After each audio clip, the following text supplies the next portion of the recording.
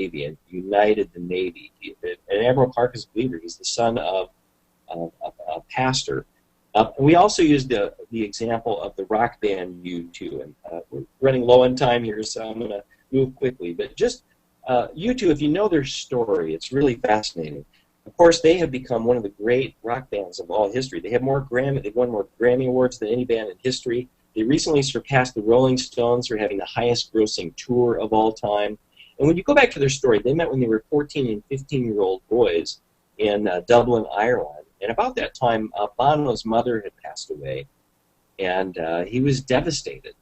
His father was so grief-stricken, he wasn't able to be there to console his son, and so Bono grieved alone. It was within about a year of that Larry Mullen Jr., the drummer, was the youngest member of the band. His mother was hit and killed in a car accident. And Bono reached out to him and said, I know what you're going through. You're not going to go through this alone. And he was there for him as a friend. The two young boys, they connected and really built this partnership of love to help support one another. And then Edge, the lead guitar player on the left, he went through some tough times. Went through a divorce, and the guys were there to help him.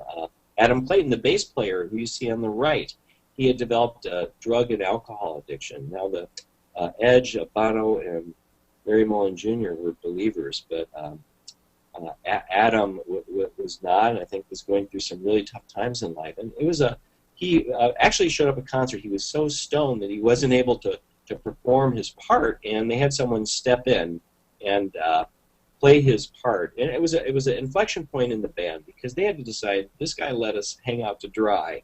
Do we throw him overboard or do we stick with him? And they made the decision that we're all going to get through this alive. That's the motto they adopted.